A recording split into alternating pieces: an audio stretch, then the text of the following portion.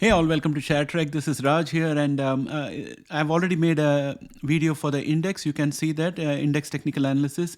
There's a separate video for genomics. I've already released that. This video is going to talk about the 5 stocks that I have started covering. So right now in this video, I'm going to be talking about SoFi, Tesla, NVDA, PLTR, Fiverr, and FNGU. So those are the stocks that I'm going to cover. So stand by and we'll get started.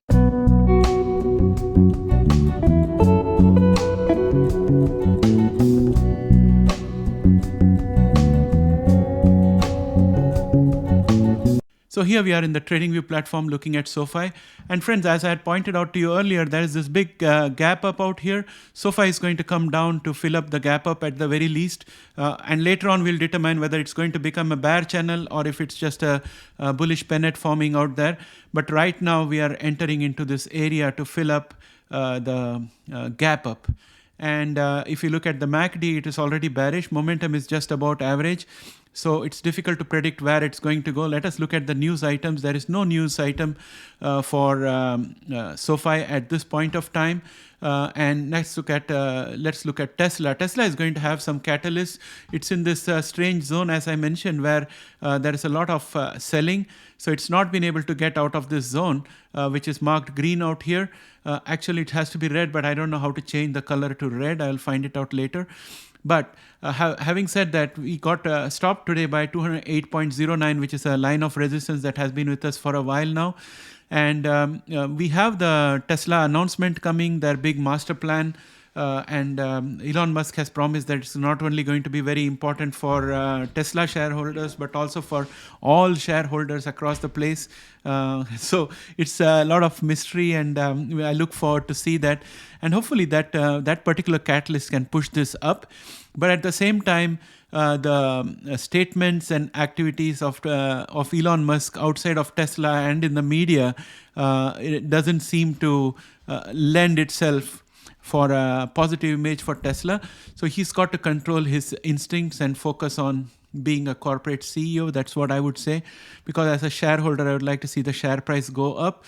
And those are the things that he did after Twitter that brought everything down. So if he stops coming into the media, you will see Tesla share prices going up. He should not be in the media. And when he comes into the media, he should just talk about technology and not social and political issues. And things will really look good. Otherwise, there will be activist investors trying to get into the company and do some management change. That's what I feel. In NVDA has a huge gap up. And there is a lot of hype about AI. I sold my NVIDIA shares and I was hoping that it would come down. It seems to be defying gravity. But if I look at the charts out here, MACD is looking benign to me, but momentum is pretty strong. But I am thinking that sooner rather than later, people are going to start profit taking and it's going to come down. I'm waiting for it to come down so that I can pick up more. I'm bullish on NVIDIA. But if you look at the video I published earlier where I spoke about the fundamentals of NVIDIA and I compared it with Intel, AMD, and one more company. And according to the analysis, when you compare with industry peers, NVIDIA is highly overvalued. And that's the reason why I think it needs to come down. Palantir is down minus 0.74%. And today we have announcements of layoffs in Palantir. Typically, when you get announcement of layoffs, there is always a jump in the share price. And here is the news release. More than 11,900 global technology sector employees have been laid off since the beginning of 2023. Out of which now Palantir, I think they have only 75 employees which have gone off, which is around 2% of its staff. So 2% of its staff has been let go. I think the number is around 75. It's not given in this press release, but I have seen it in other press release. So typically there is always a jump. So this news has come after market hours. So tomorrow you might see a little bit of positive because of that. And I hope that will help us to keep us above this bullish channel of support for one more day. Because MACD is already down and momentum is just at average, ready to go down. So we are looking at being in the threshold of going bearish. So I wouldn't be surprised if tomorrow we break down below this bullish line of support and start falling down further. Two simple moving averages are already performing resistance. So the chart is not looking as strong as it should. Fiverr is down 1.10%, and it has already filled up the gap up that it created. MACD is bearish and momentum is just about average, and I don't think it's going to pick up immediately because it's got no new news as such to come up. The news that we had of the earnings has already been digested out here. We had on 22nd of February, we received news that they had surprise on EPS of around 47%, and they were just marginally down on revenue by 0.365%. So we saw a huge spurt, and now the profit taking has happened and it has come down again.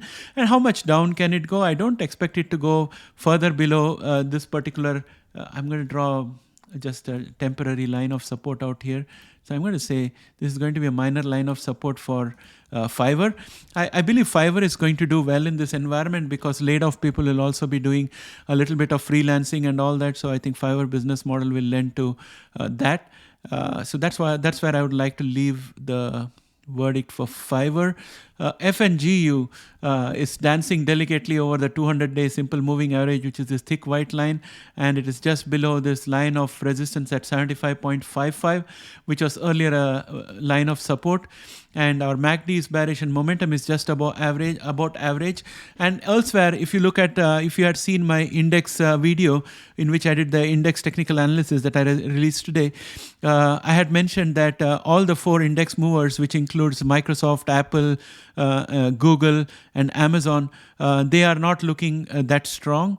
Therefore, I think that FNGU also is not going to do that great unless we have some really good news tomorrow.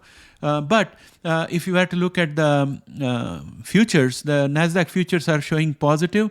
But as I remarked in my index video, globally there's a lot of problem. Turkey is still struggling with the aftermath of the earthquake. Pakistan is likely to get bankrupt anytime now. Sri Lanka has just got out of bankruptcy. It's got some supports and it has to build up its economy. And we have China also struggling with the real estate sector, and it's also struggling with the post-COVID after the lockdown, getting the economy back into order. So those things are happening there. Russia-Ukraine crisis is going on.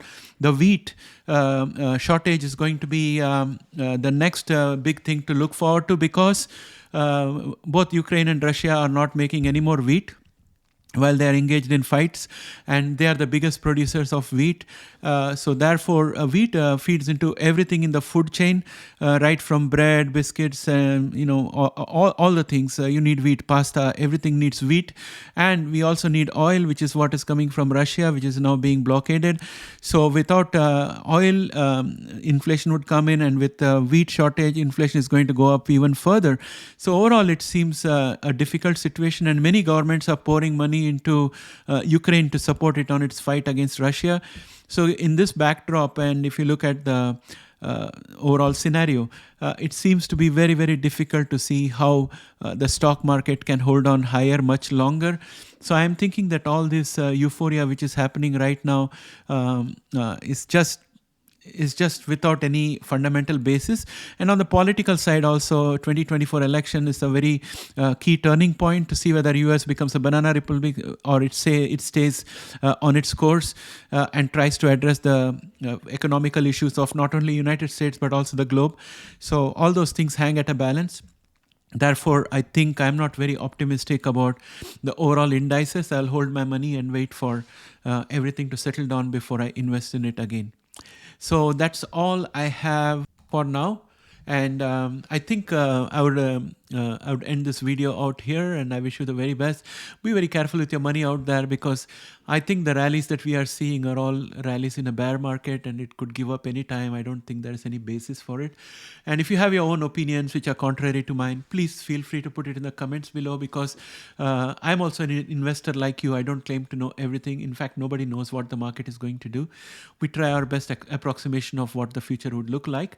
And I would be very, very glad to hear from you. Many of the subscribers subscribers do put their feedback and constructive information, and that helps me to refine my outlook much further. So please feel free to put your comments, and I hope you had enjoyed this video. Please don't forget to put a like out there. Thanks and have a great day. Bye for now.